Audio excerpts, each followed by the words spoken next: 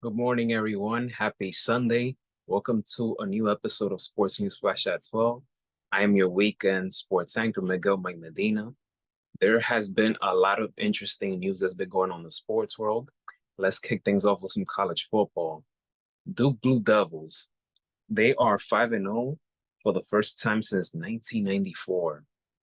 30 years. It's been 30 years since their last 5-0 start. The Blue Devils defeated the Tar Heels 21-20. They rallied from a 20-point deficit. Star Thomas rushed for 166 yards, and Malik Murphy threw for a touchdown and 209 yards. The Blue Devils snapped a six-game losing streak in the series. The Blue Devils picked up 297 yards in the second half. Their defense was legit. They were sensational, especially in that second half. And now their next game will be on the road against Georgia Tech as they will try to improve a 6-0. What I like about teams like Duke, North Carolina, and more other teams, they're known for more success in college basketball. And the fact that they're starting to have some success in college football, that makes things even so much better. And as we know, Carolina and Duke, they're rivals. A lot of history behind both of those teams. Oh my goodness, Georgia and Alabama, the classic Georgia and Alabama. Since 2021, Georgia is 45-3, and all three losses came against Alabama Crimson Tide. There's no Nick Saban this time. However, Alabama, still Alabama. These two teams gave us one of the greatest games of the season so far this season. Alabama in the first half, they were picking them up apart. They were up 20-0 in the first half. And Georgia never quit.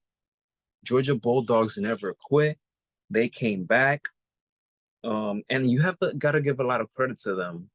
Although they lost this game, very heartbreaking, but this team never quit. They never quit. Georgia took the lead at some point in the fourth quarter. You know what's that to come back from a 28-point deficit to take the lead in the fourth quarter? But then the Crimson Tide, they had an answer of their own when they scored a touchdown. This game could have been so much different if Bulldogs quarterback Carson Beck, excuse me, never had a rough day. He had a very tough day at his position. He had three interceptions. Yes, he had three touchdowns, but he had three interceptions, which were a very big deal. As for the Alabama Crimson Tide quarterback, Jalen Milroe, who is one of those top candidates for the Heisman Trophy, he completed 27 of 33 passes for 374 yards to go along with two touchdowns and one interception. Alabama remained perfect. They won this game 41-34. Like I said, guys, this is one of the greatest games in college football this season. It looked ugly by the end of the first half, but Georgia, you got to tip their hat to them. Yes, they lost, but they lost like champions. This team didn't quit. Not every team will come back to make the game interesting like the way they did. We're talking about 28-0. That goes to show the championship DNA that Georgia has.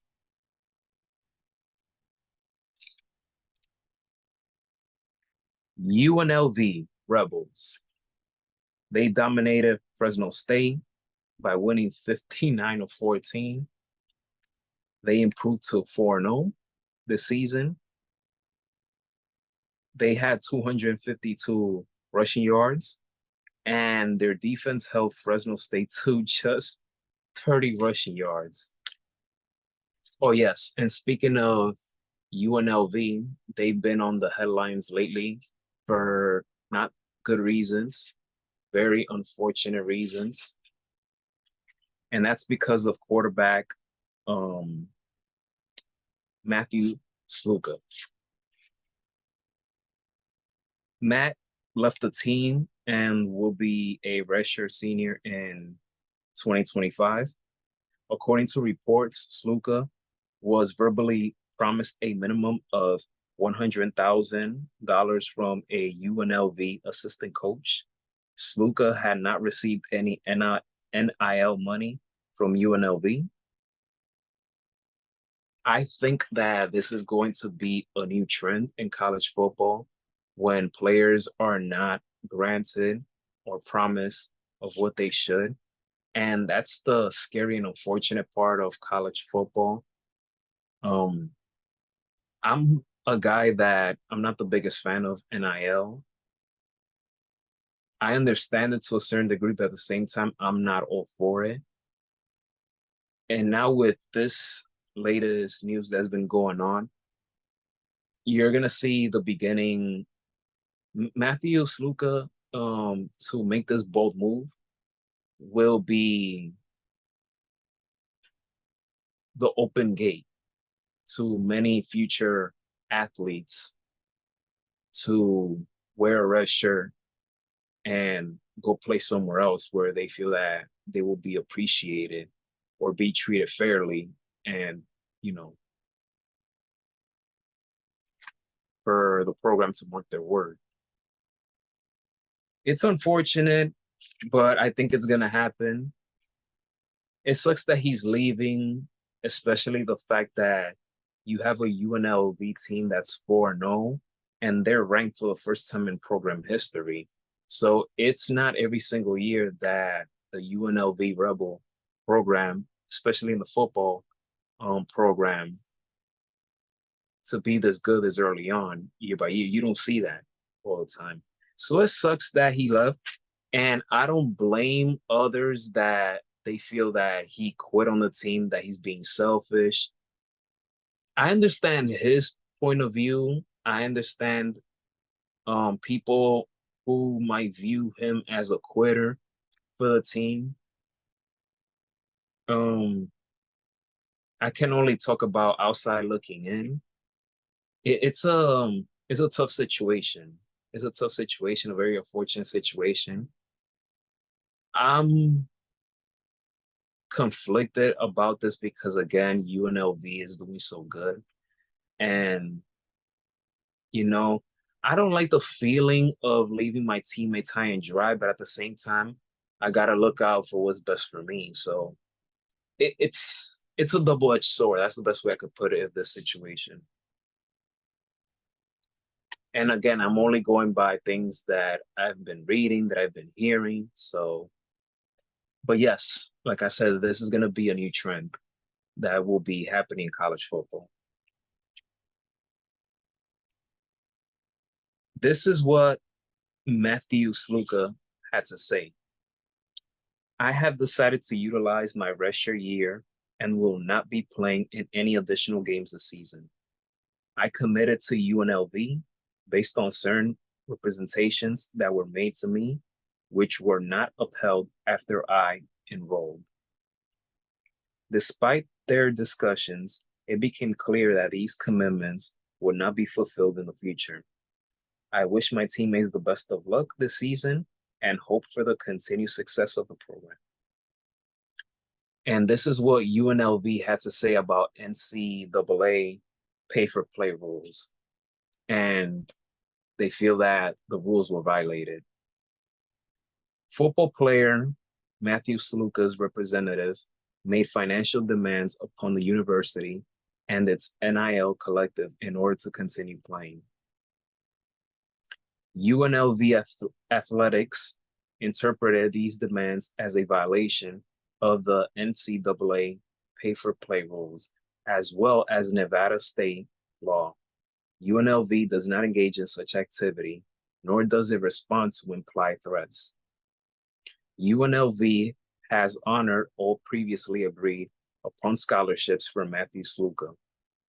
UNLV has conducted its due diligence and will continue to operate its programs within the framework of NCAA rules and regulations, as well as Nevada state laws. Oh boy, oh boy. Besides that, I hope that UNLV Rebels football team some way somehow can move on from this and start focusing on next week's game. And but so far, Matthew Suka's backup quarterback, he did a good job. So let's see how well he can perform going forward. And now off to the NBA. When I heard about this news yesterday morning, it caught me by surprise. This is one of those desperate times call for desperate measures. But it was just like, wow, wow. Yeah, it was one of the surprising sports news of the weekend. The New York Knicks traded Julius Randle, Dante DiVincenzo. No, not Dante. And first round pick to Minnesota Timberwolves for Karl Anthony Towns, Plátano Power. And and this is a win-win trade, to be honest with you. This is a win-win trade for both teams. I saw that Julius Randle was going to get traded. And Julius Randle, he's recovering from shoulder injury after a nasty fall in late January.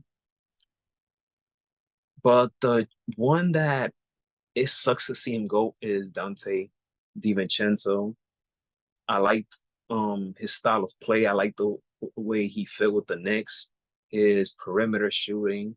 Supposedly, there's been things said that he's unhappy with his role being diminished. I think after the, I believe that his role was going to be diminished coming into the new season. I don't know, but it's a win-win situation. It's a win-win situation for both teams. For Minnesota, you have Julius Randle, who will help Anthony Edwards out with some scoring ability. Dante DiVincenzo, he will definitely will contribute as well. This is a Minnesota team that went to the Western Conference Finals last season. Anthony Edwards, of course, is the number one star player on the team. So it's a win for Minnesota. It's also a win for the Knicks. The Knicks needed someone to fill in that center role. Mitchell Robinson, I like him, but he's an injury prone and he's going to be out until at least January. Hartenstein, who I liked a lot, he's with Oklahoma City Thunder. So the Knicks desperately needed to get a center. And now they have one who can provide some scoring. Karl Anthony Towns, he's not known for his defense, and Tom Thibodeau is a defensive-minded coach. So, and, Tom Thibodeau got to coach him at Minnesota. But Karl Anthony Towns will be there mostly for the offense. On paper, the Knicks got better because they have Mikal Bridges, who's a good two-way player. You still have OG, Josh Hart, Jalen Brunson. My thing with Karl Anthony Towns, and I like Karl Anthony Towns, I'm always rooting for him to elevate his game. In the postseason, I don't trust him. With Minnesota, he was a hit or miss in the postseason. And at times, he does give you an impression that he can look soft. And this is a small market team. So how a prime Karl Anthony Towns is going to handle playing in New York, the largest market city in the United States, dealing with that New York media, and can he deliver in the postseason? I'm going to give him a chance to see if he can prove himself in the postseason in New York, because I know what Jalen Brunson can do. Us New York fans, we're not easy to please, especially in playoff time. And we could say that this is going to be arguably the most crucial season in Karl-Anthony Towns' career. You're a New Yorker now, playing for the Knicks. You have to deliver. He was the first overall pick. Karl-Anthony Towns, in my opinion, should have been a superstar at his position. He's a star, not a superstar. He's no longer the number one guy. He's the number two guy. Even with the Knicks now, he's the number two guy. So I'm going to give him a chance to see if he could prove himself. I don't care what he does in the regular season. What matters to me, this guy right here, is April. April and possibly May, depending how far the Knicks can go. So let's see what happens. Like I said, on paper, they got better, but we have to see how the chemistry will look on the court. They have to stay healthy, and everybody got to understand their roles.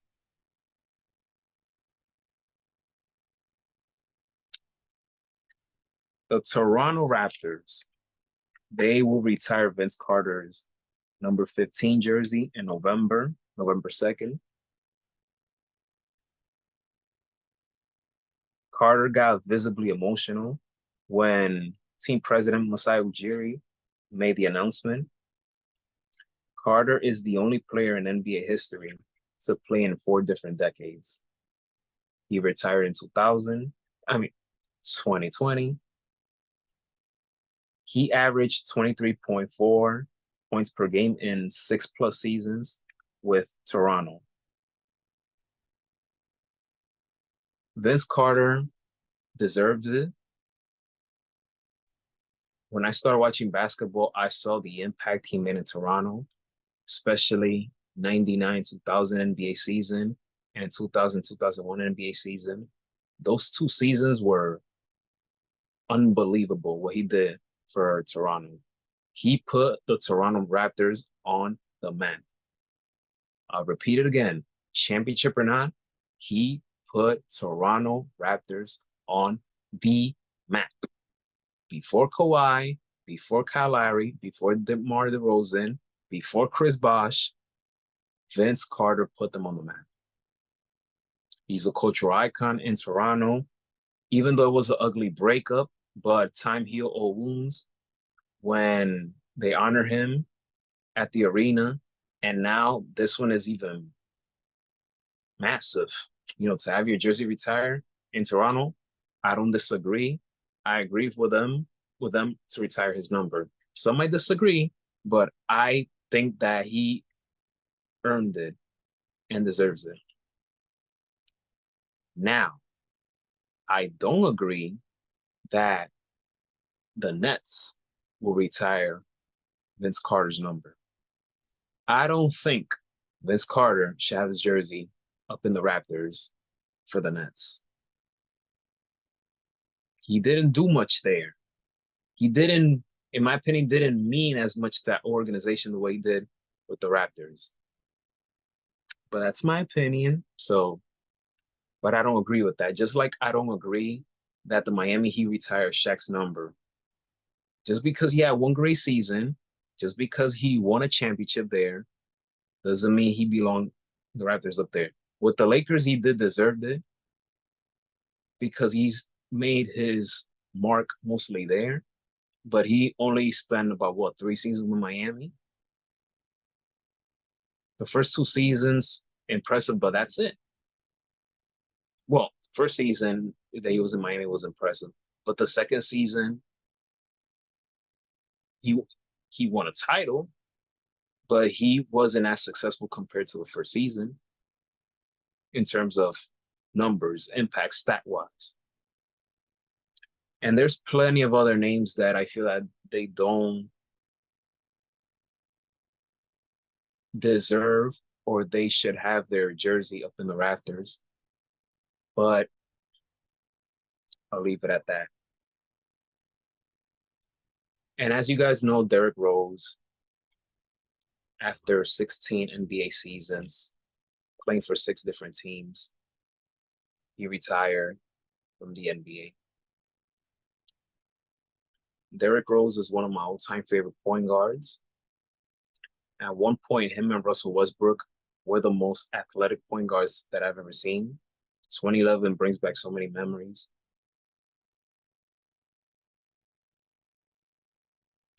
Had it not been for the injuries, had it not been for LeBron getting in his way in the postseason, we would have been having a whole different conversation about Derrick Rose. Now, the question is, should he deserve some consideration for Hall of Fame? I love Derrick Rose,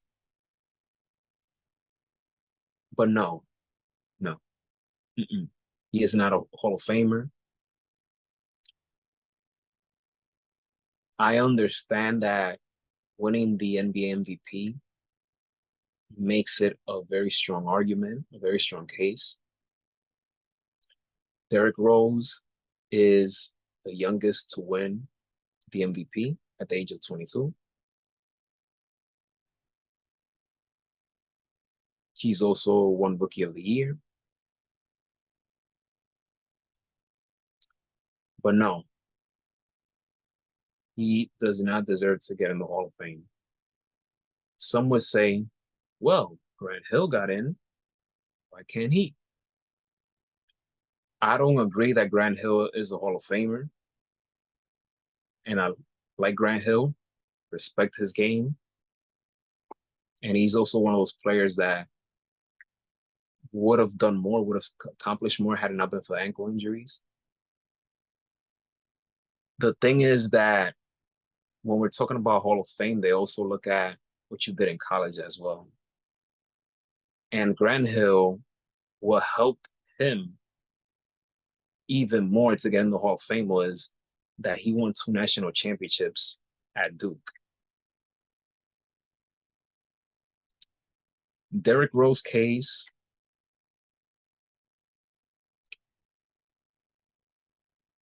one of the issues is what happened at Memphis. The Memphis situation hurts him to a certain degree. The NCAA vacated, 38 wins? They vacated 38 wins and the tournament loss from the 2007-08 season. And the NCAA felt that Derrick Rose should have not been playing at Memphis because of his SAT scores. Had it not been for that controversy, had it not been for Memphis losing the national championship, his case would have been a little bit more different, more stronger. I feel that Derrick Rose, had he made the All-NBA team at least, the All-NBA first team at least 3 or 4 more times, 2 more All-Star appearances, plus winning the national championship at Memphis, and maybe, just maybe, an NBA ring, an NBA championship, those things might have helped his case, whether he was healthy or not, would have helped his case to get into the Hall of Fame. Because getting into the Basketball Hall of Fame, just like the Pro Football Hall of Fame, is more lenient, I should say, getting in. The writers, they're not as hardcore, I should say, in terms of keeping certain people out. I feel that it's lenient to get in to the Hall of Fame. If it were up to me, I would be very selective. I would be super selective. And a best friend of mine would have been way worse than I would have been a tougher grader than I am. But overall, you know, Derrick Rose, whether you look at it or not, whether you want to accept it or not, he had a successful NBA career. Yes, it could have been so much better, but in the short time, I mean, the fact they play 16 seasons and he have some good memorable moments. And for what he did in that short period of time with Chicago, he had a successful NBA career. I just hope that his post NBA career is even much better. Whether it's him being at the front office, coaching, whatever the case may be, whatever he decides to do, life after the NBA, life after life after playing career, I hope it's so much better than what he did on the court.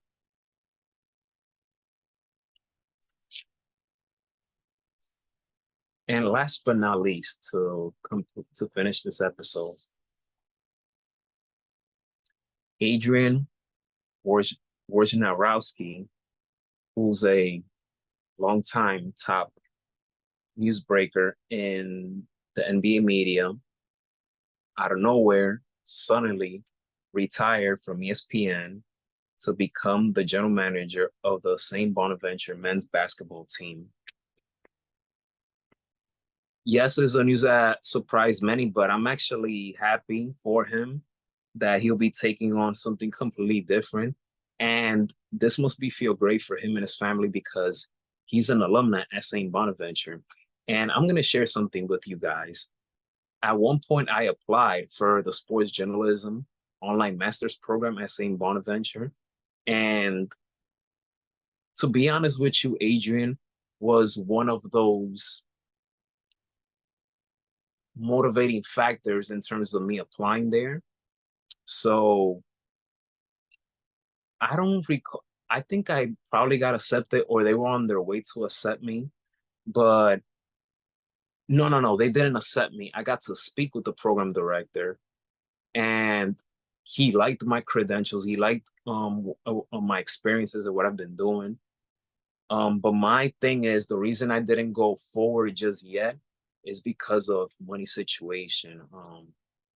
Guys, when it comes to college, especially master's program, when you finish paying off loans, you don't want to add more loans in the future. So I have finished paying off school loans. Thankfully, it was not massive. It was like 5,000. And yes, I could have finished that off way earlier, but I paid off very slowly the monthly payment plans. But it's just the thought of and the fear of me paying of having loans again. I was trying to avoid that. So will I go for my master's in the future? Yes, but I would like to do that out of pocket. So I don't want to rely on financial aid. I don't want to rely on loans. That's something that I don't care how long it will take, but it will have to be out of my own pocket. And will it be a master's in sports? I don't know. We'll see because there's a lot of things that I have interest. But when I think about St. Bonaventure, I think about that phone call that I had with the program director. And also I think about Adrian Borsch, who is an alumni there. I believe he's class of 1991, the year that I was born. So I'm happy for Adrian um, for this new endeavor in his career, in his life. Now, who will replace him?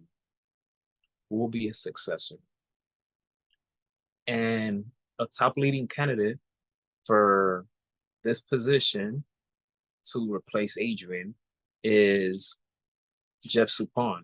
Jeff Suppan, who is the ESPN's top baseball insider, he could be the next man up for that NBA insider position. So, and I know that he recently put a tribute for Adrian Walsh. So we'll see what happens. I can't imagine. No, I'm gonna say I can't imagine. It's going to be a fun challenge for Jeff Suppan if he decides to cover the NBA because I'm accustomed of hearing his voice talk about baseball. But we'll see. Um, we can't underestimate him. We can't doubt him. If he is chosen, let's give him a chance and see how good he can do in this position. Well, guys, Thank you so much for listening and tuning in to this new episode of Sports News Flash at 12. Have a great Sunday, everyone. Be safe, take care of yourself, put the man above first in everything that you do. Any dreams, goals, ambitions, talk to him, right? So, like I said, have a great Sunday fun day. If you're staying home, relax, enjoy some sports, NFL, NASCAR, etc. And I'll see you guys on the next episode of Sports News Flash at 12. May God bless each and every one of you. Take care.